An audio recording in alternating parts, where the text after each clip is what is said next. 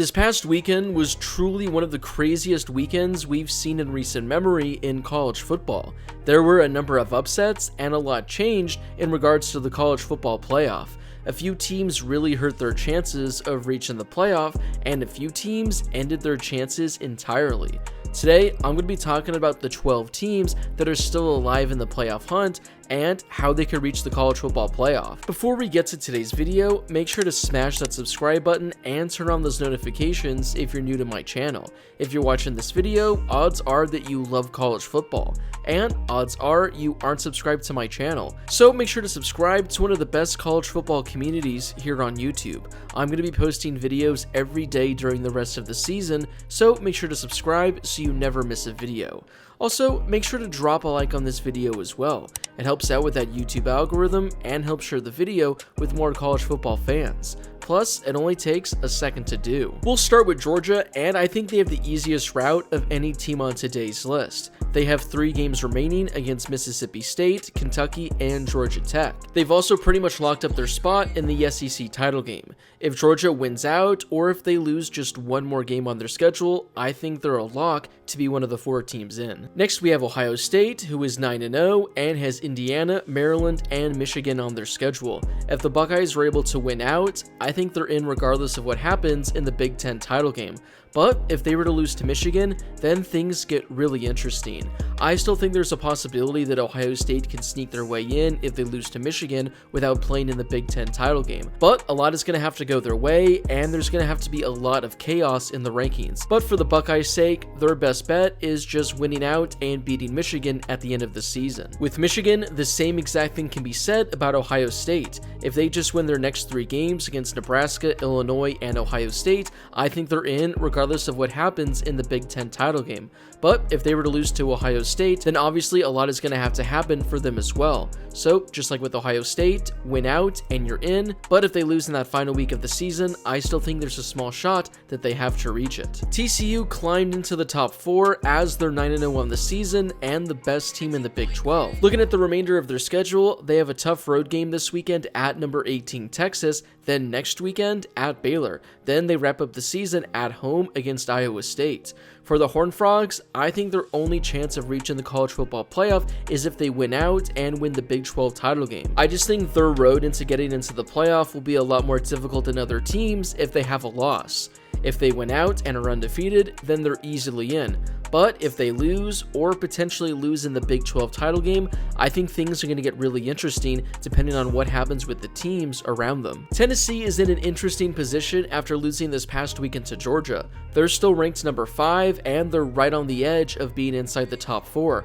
But with games against Missouri, South Carolina, and Vanderbilt, they don't have another opportunity to pick up an impressive victory. When looking at their schedule, they do have wins against LSU and Alabama that certainly look impressive, but without playing in the conference title game, I'm not sure what their chances are like of reaching the playoff. I think there's a chance the final spot could come down to between the loser of the Ohio State-Michigan game and Tennessee. Or maybe there's a Pac-12 team like Oregon, USC, or UCLA that is right there on the door knocking. Like I said, I still think Tennessee has a small chance of reaching the playoff, but unlike other teams, they don't control their own destiny. They're going to need a lot of chaos surrounding them. Oregon has won 8 straight games, and they're now ranked number 6 in the country.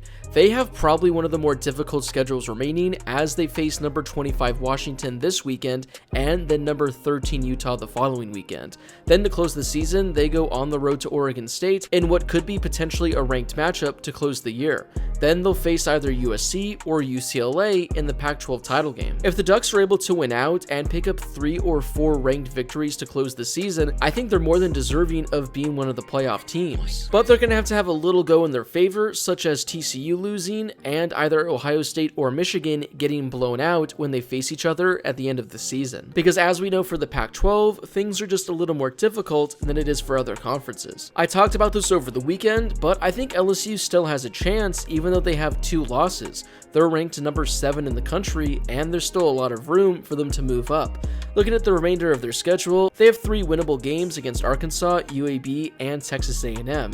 If LSU wins those 3 games and they defeat Georgia in the SEC title game, I don't see how there's any way you can keep LSU out.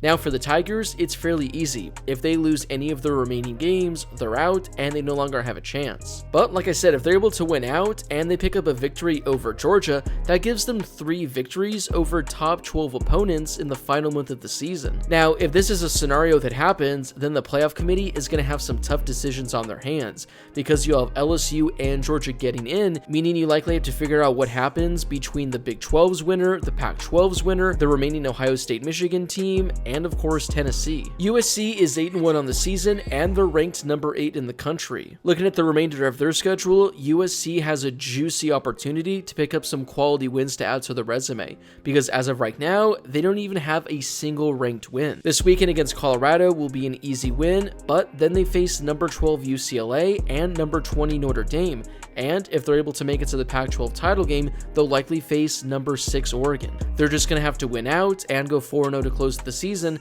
and just hope 1 or 2 things go their way ahead of them. So if you're the Trojans, for example, you got to win out, and by beating Oregon, you'll knock out Oregon. You got to hope LSU loses to Georgia, so LSU falls behind you, and you got to hope that TCU potentially loses a game, that way TCU falls behind you as well. If that's the case, and the final spot is between USC and Tennessee, it seems pretty difficult to not give the edge to the Trojans. After losing this past weekend to Notre Dame, Clemson fell all the way to number 10 in the rankings. Their schedule to close the season doesn't help them, as they face Louisville, Miami, and South Carolina. But it looks like they're going to face a pretty good North Carolina team in the ACC title game. So if Clemson's able to win out and pick up a top 15 victory over the Tar Heels, that gives them a solid win to close their season. But I don't think the Tigers control their destiny anymore. After struggling in numerous games this season and losing the way they did to Notre Dame, I just think so many teams are going to be picked ahead of them. If the Tigers win out, that's going to be great, but they're going to have to hope for absolute chaos.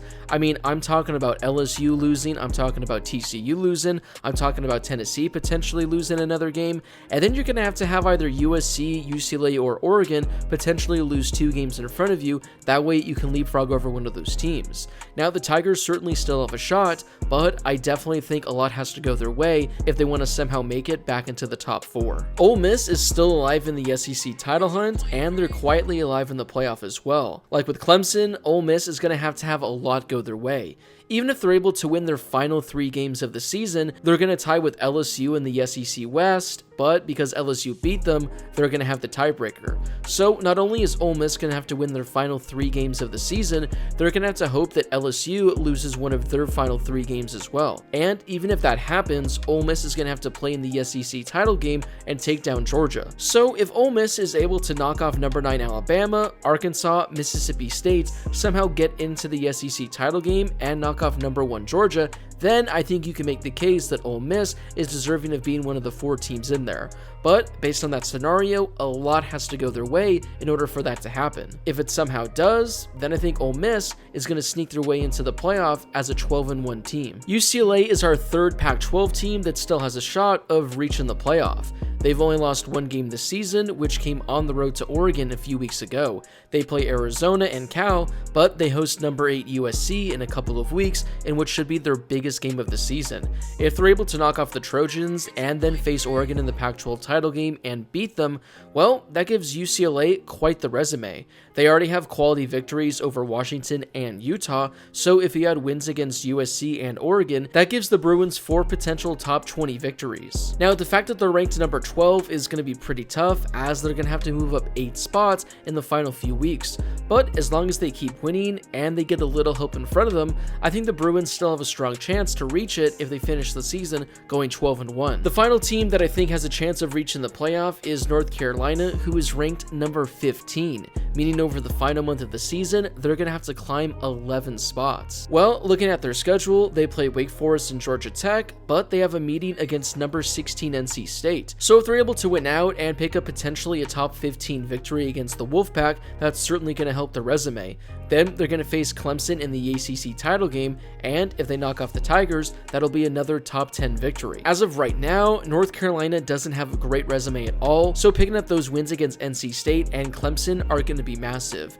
But even if they're able to do that and finish the season 12-1, they are truly going to need a lot of chaos in front of them. And when I say a lot of chaos, I'm talking about TCU, Tennessee, LSU, one of the Pac-12 teams, and Ohio State or Michigan getting blown out in their final game of the season. They need a lot of help, but like I said, there's a possibility out there that it could definitely happen. So those are the 12 teams that I still think have a realistic shot of reaching the college football playoff. Which 4 teams on today's list do you think are going to be the 4 teams that reach the college football playoff? Or is there a team I didn't mention that you think still has a shot of potentially sneaking their way in? Whatever your thoughts are, let me know in the comment section down below.